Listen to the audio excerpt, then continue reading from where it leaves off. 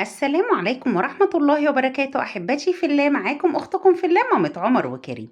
النهاردة هعمل معاكم إن شاء الله طريقة عمل دقة الفول لرمضان بطريقة سهلة جدا وبطريقة جميلة جدا، إن شاء الله هتعجبكم. معانا مكوناتنا إيه؟ أنا معايا نص كوباية من الخل، ونص كوباية من الزيت الحار، ونص كوباية من الزيت العادي، ومعايا ربع كوباية من الليمون، ومعايا طحينة، هناخد معلقتين طحينة كبار، ومعايا البهارات بتاعتنا عبارة عن معلقة كبيرة من الكزبرة، ومعلقة كبيرة من الكمون، ومعلقة كبيرة من الشطة، والشطة دي اختياري، ومعلقتين كبار من الملح. ومعانا الدقة دي يا جماعة دقة البتنجان بالظبط، اللي هي عبارة عن فصين توم، عليهم قرن فلفل، عليهم حبة كمون، عليهم حبة ملح، ودقاهم مع بعض.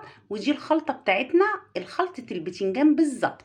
تمام. كل المقادير اللي معانا دي زي ما حضراتكم شايفين سهلة وموجودة في كل بيت. يلا بينا اقول لكم هنعمل ايه. يلا بينا. كل اللي هنحتاجه بقى علشان نعمل الدقة بتاعتنا، طبعا دقة الفول دي دقة العربيات، الفول اللي يعني ايه، اللي عايزة الدقة وتخلي طعم الفول في حتة تانية. كل اللي هحتاج حاجة كده، انا جايبة الشفشق بتاعي او المعيار بتاعي، علشان خاطر يبقى ليه بوز واقدر ايه افضيه في اي حاجة انا عايزاه. ممكن اعملها في طبق. اول حاجة هنزل كده ايه بنص كوباية الخل،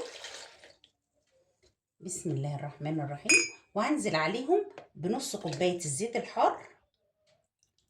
طبعا الزيت الحار ممكن تقلليه لو انت مش بتحبيه، يعني ممكن تعملي ربع كوباية. وهننزل بنص كوباية الزيت العادي. طبعا الخلطة بتاعتنا او الدقة بتاعتنا دي رمضان والغير رمضان هي عموما للفول. وهنزل بربع كوباية الليمون بتاعتي، وهنزل بقى بالدقة بتاعتي كده عليهم، بسم الله. وهنزل كده ايه بمعلقتين طحينة كبار. تمام. طبعا بقى انا مش عايزه اقول لكم ايه، بتخلي الفول في حته تانية خالص. وهنزل بقى بعد ده كله، هنزل بقى بالبهارات بتاعتي اللي هي عباره عن كزبره وكمون وشطه وملح. والشطه زي ما قلت لكم اختياري يا جماعه. ننزل عليهم كده بقى ونقلب تقليبه كده حلوه، علشان كل الخلطه بتاعتنا كده تتجانس مع بعض.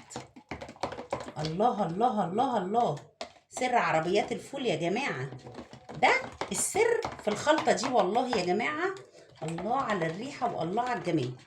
يا رب تبقى واضحة ليكوا، شايفين يا جماعة؟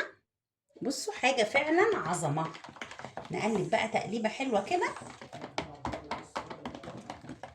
هقلبها كويس كده مع بعض وهرجع لكم تاني، خليكم معايا. وده شكلها يا جماعة بعد ما قلبتها تقليبة تمام. والله العظيم ريحة وطعم حاجة جميلة جميلة جميلة. كل اللي هنعمله بقى ان انا هفضيها في اي برطمان عندي. انا عندي برطمان او ازازة كده زي ما حضراتكم شايفين، ليها ايه بوز، فاحط ممكن ازازة حاجة ساقعة وتفضيها فيها وتخرميها من فوق. ممكن تحطيها عادي في برطمان عادي. بسم الله. بصوا يا جماعة الريحة بتاعتها تجنن، بجد تجنن. وكل اللي هتعمليه هتجيبي كيس الفول بتاعك، او لو انت بتحبي تدمسي الفول في البيت هتحطي الكميه بتاعتك في الطبق اللي انت عايزاه، وهتحطي من الدقه الرهيبه بتاعتنا دي كده على الفول. وبس يبقى كده الفول معاكي خلص معاكي في 3 ثواني، في 3 ثواني، في اقل، في ثانيه واحده. بصوا الباقي انا حطيته هنا كده. طبعا هحتفظ بيه في التلاجة كده. لو عايزه تحتفظي بيه في المطبخ، لو المطبخ بتاعك يعني مش حر قوي، احتفظي عادي، مش هيحصل لها اي حاجه ان شاء الله يعني. بس بقى انا مش عايزه اقول لكم على الريحه وجمالها، ريحه وطعم خطير. ايه رايكم في الدقه بتاعتنا بقى؟ طريقتها سهله جدا جدا وهتعجبكم جدا جدا لو جربتوها. كل سنه وانتم طيبين، رمضان كريم، ينعاد علينا وعليكم الايام بالف خير يا رب. يا رب تكون وصفتي النهارده عجبتكم. ما تنسوش لو عجبكم الفيديو تعملوا لايك وتعملوا اشتراك للقناه. ما تنسوش تفعلوا الجرس علشان يوصل لكم كل جديد. والسلام عليكم ورحمه الله تعالى وبركاته.